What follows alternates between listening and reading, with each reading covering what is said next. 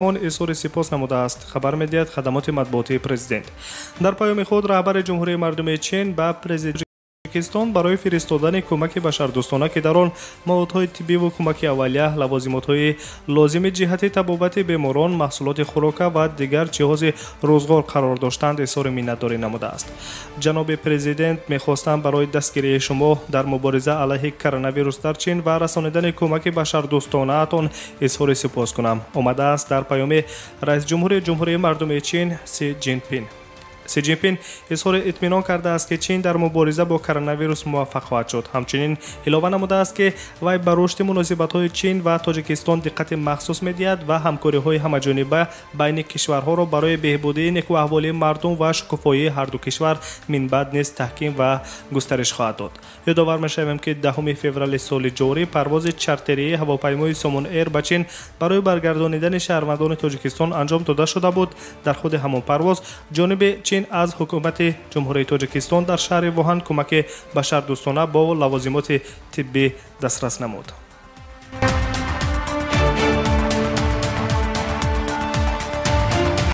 дар Тоҷикистон фарду 21 феврал гашти низомӣ бахшида ба 27-солагии таъсисёбии қувваҳои мусаллаҳ баргузор мегардад.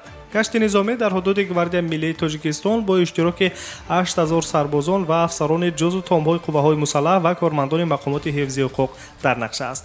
паради ҳарбиёнро вазири мудофиаи Тоҷикистон генерал-полковник Шералӣ Мирзо фармондеҳӣ менамояд. ҳамчунин иштироки президенти ҷумҳурии Тоҷикистон Эмомалӣ Раҳмон низ дар ин гашти низомӣ дар назар аст.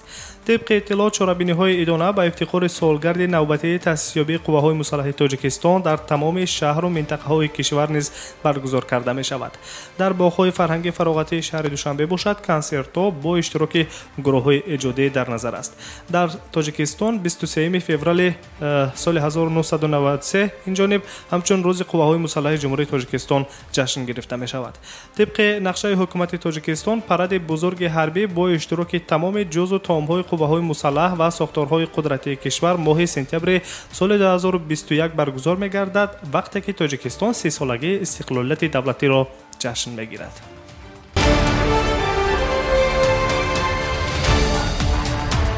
идомаи хабарҳои рӯзро мустақиман мешунавед.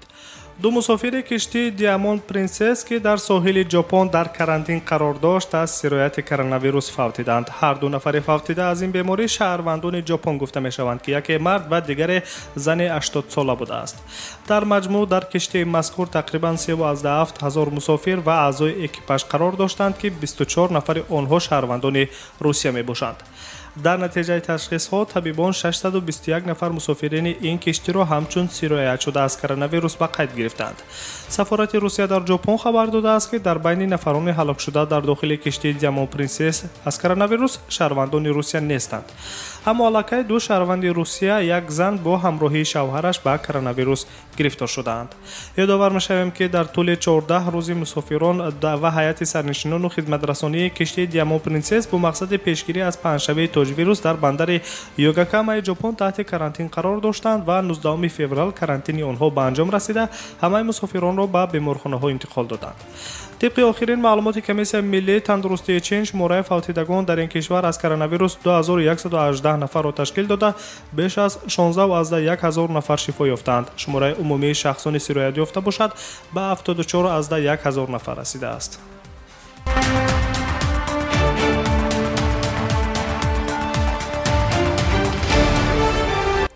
дар ноҳияи Солилески вилояти Оренбурги Русия як шаҳрванди 28 солаи Тоҷикистонро барои кӯшиши додани пора ба нозирии бозрасии давлатии автомобилӣ ба ҷавобгарии ҷиноятӣ кашиданд. хабар медиҳад прокуратураи вилояти Оренбург. додгоҳ муайян кардааст ки як шаҳрванди хориҷӣ дар дохили бинои бозрасии давлатии автомобилӣ ба нозири роҳ 11 000 рубл ҳамчун пора пешниҳод мекунад, то вайро ба ҷавобгарии ҳуқуқвайронкунии маъмурӣ накашанд, гуфта мешавад дар гузориш. ҳамин тариқ додгоҳ айбдоршавандаро гунаҳгор дониста ба ӯ ҷазо дар намуди ҷарима ба маблағи 100 000 рубл таъин кардааст.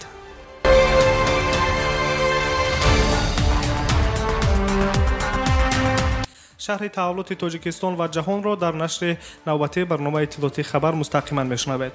дар Эрон ду нафаре ки дар бадани онҳо табибон нишонаҳои коронавирусро дарёфт карда буданд ба ҳалокат расиданд. хабар медиҳад телевизиони РБК бо истинод ба оҷонсиҳои хабарии Эрон. طبق گفته‌های مشاور وزیر تندرستی و تعلیم طبی ایران علی رضا وهابزاده هر دو بیماران در ولایت قم قرار داشتند. مرگ 2 نفر از کرونا ویروس نیز از جانب شبکه مهر با استناد به معاون وزیر تندرستی ایران نیز تصدیق گردیده است. ایران رسما اولین حالت‌های سرایت کرونا ویروس را 19 فوریه تصدیق کرده بود. طبق اطلاع مقامات چین، الحال در جمهوری مردمی چین 74 از 1000 حالت تصدیق شده این بیماری به قید گرفته شده است. در سراسر جهان باشد این رقم به 75 از 9000 نفر میرسد.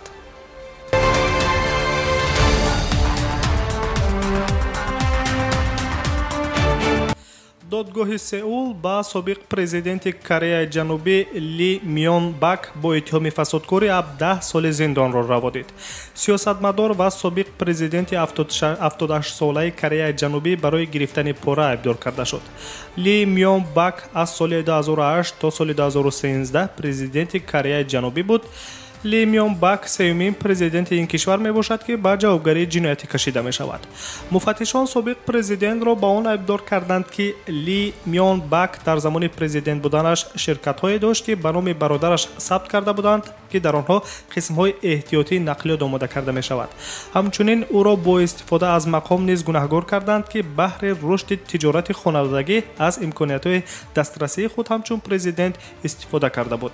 همین طور یک پرزیدنت دیگر سابق کره جنوبی نا میون خیون 1 سال بعد از استعفا و با اتهام فسادکاری گناهکار دانستنش خودکشی کرده بود.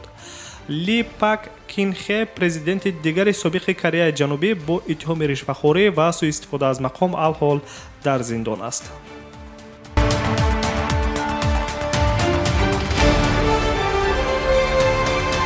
ادامه خبرها.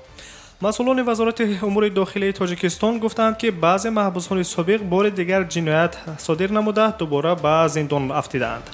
علاوه زیاد از 200 نفر سابق محبوسان او شده در سال 2019 هنگام صادر کردن جنایت بازداشت شدند. گفته بود وزیر کارهای داخلی تاجیکستان گنرال پالکونی رمضان رحیمزاده در نشست مطبوعاتی. طبق معلومات وزارت عدلیه تاجیکستان 10574 نفر محبوسان در آخر سال 2019 طبق فرمان پرزیدنت جمهوری تاجیکستان عفو شدند که بیش از 6000 نفر از ادای جزا پرره آزاد کرده شد. طبق معلومات وزارت کارهای داخلی باشد سال 2019 از جانب مقامات حفظ حقوق در جمهوری 21964 جنایت به قید گرفته شده است. از جمله 90 دلیل کشتار، 126 حالت رسانیدن ضرر وزنین به سلامتی، 46 حالت تجاوز، 28 دلیل غارتگری با راه زورآوری، 5 حالت آدمفروشی، 140 حالت غارتگری، 1139 اوباشی، 2294 قلابی، 5328 حالت دزدی و 32 حالت طعنه‌جویی را در بر میگیرد. در این دوره نابالغان 873 جنایت و جوانان باشد 5035 جنایت صادر نمودند. شنوندگان عزیز، در آخر نشر خبری یک اعلان نیز داریم. شام جمعه 21 فوریه ساعت 18 به وقت مسکو در استودیو مرکزی رادیوی مهاجر پخش مستقیم برنامه حقوق شما با اشتراک حقوق شناسان ساحه مهاجرت دایر می‌گردد. شما می‌توانید سوال‌های خود را وابسته به حالت گرفتن منزل اقامتی بود و باش در قلمرو فدراسیون روسیه به رسمیت درآوری حجت‌ها طبق طلبات قانونگذاری مهنت به کار درآمدن و از کار خارج گشتن، گرفتن مزد مهنت از کارفرما و یا کاردهنده، حمایت خود در مقامات سودی، مناسبت با پلیس هنگام واخوردن و یا مراجعت و گذشتن خط سرحد دولتی برای مهاجر طریق SMS پیامک در شبکه‌های اجتماعی فیسبوک، اینستاگرام، ایمو، کانتاکت و در واتساپ با شماره 8965 151 014 867 111 5646 سوال خود را بفرستید و در جریان برنامه که با پخش مستقیم دایر می‌گردد زنگ زده با سوال‌های خود جواب‌های مشخص گیرید. فراموش نسازید پخش مستقیم برنامه حقوق شما شام جمعه 21 فوریه ساعت 18 به وقت مسکو آغاز می‌گردد. نشر خبری را مستقیما روی موج رادیوی مهاجر شنیدید. برنامه‌های دیگری ما ادامه دارند. ما را همراهی کنید. سلامت باشید.